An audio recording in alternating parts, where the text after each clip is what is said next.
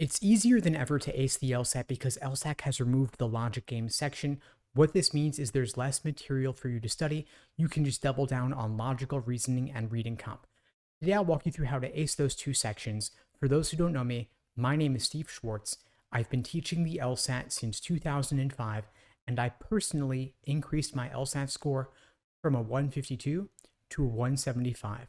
However, it was a lot harder for me to improve my score by 23 points than it should have been because I got stuck in the minutia trap. There are roughly 15 different types of logical reasoning questions, and I got obsessed with memorizing the proper approaches and the strategies for each of them, even though they're not all equally important. Some show up more often than others.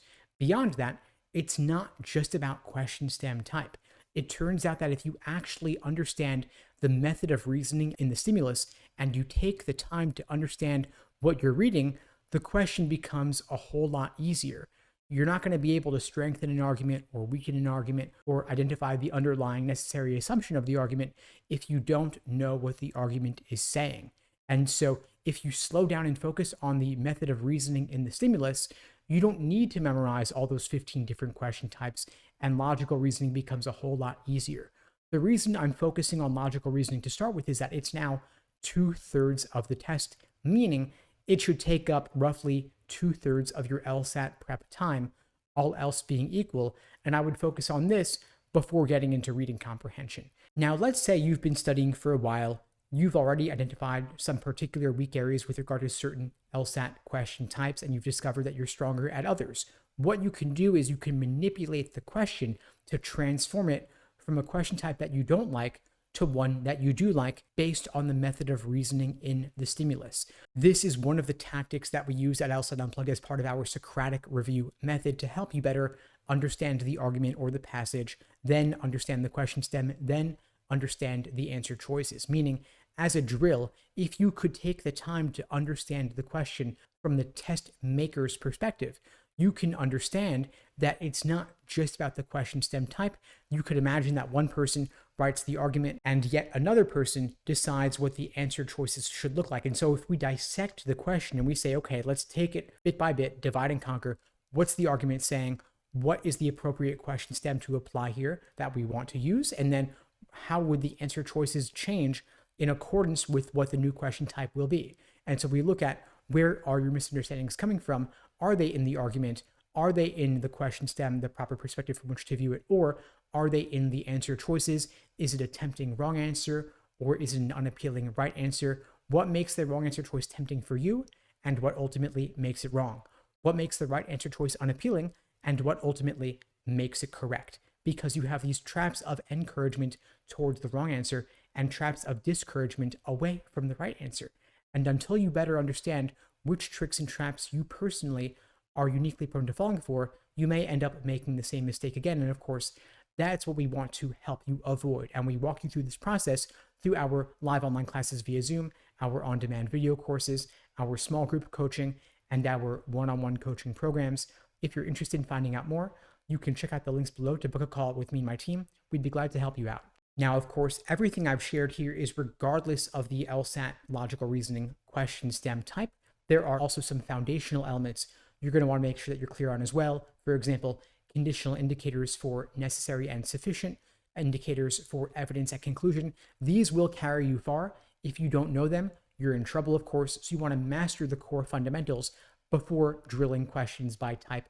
And when you do get into drilling questions by type, if you do, focus on the three most common types to begin with: necessary assumption, inference, and flaw. Start there before tackling the less common types like evaluate the argument or cannot be true. And I'll share a quick tip for each of these three types. First of all, you want to make sure that you're crystal clear on the difference between necessary assumption questions and sufficient assumption questions. They are asking for very different things. And even some LSAT prep companies are confused and lump them together under the catch-all category of assumption questions. This is a huge mistake because what works for one of these types will not work for the other type. For example, for necessary assumption questions, you can use the so-called negation or denial test, by which you run through each of the choices, negate them, and the correct choice, when negated, will destroy the argument, demonstrating that it in fact needed to be true in order for the argument to work. This works great for necessary assumption questions, but will not work reliably for sufficient assumption questions. And so you want to make sure that you understand how to properly distinguish between the two types. With regard to inference questions, there are two categories you want to look at: must be true versus most strongly supported. Must be true questions require that it is 100% supported by the stimulus. However, most strongly supported questions are simply asking for something that is incredibly likely to be the case based on the stimulus, but is not necessarily 100% guaranteed.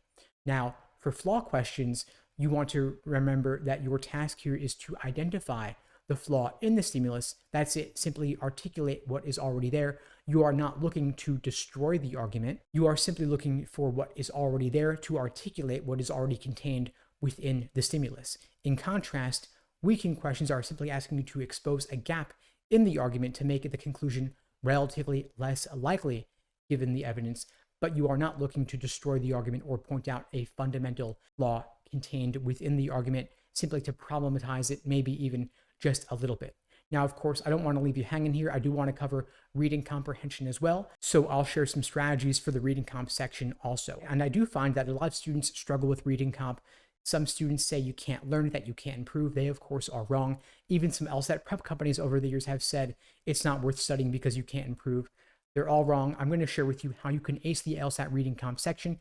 The secret is often doing less. I personally realized that I did better at reading comprehension when I did less work up front, when I took fewer notes, when I did less highlighting, because it takes time to write things down, it takes time to read things, and the notes that you take may end up not even being useful to help you solve the questions. And on the online LSAT, now that it's on the computer, you're limited to using their highlighting and underlining tools within the platform, but these tools are glitchy and unreliable. I would not want you using them.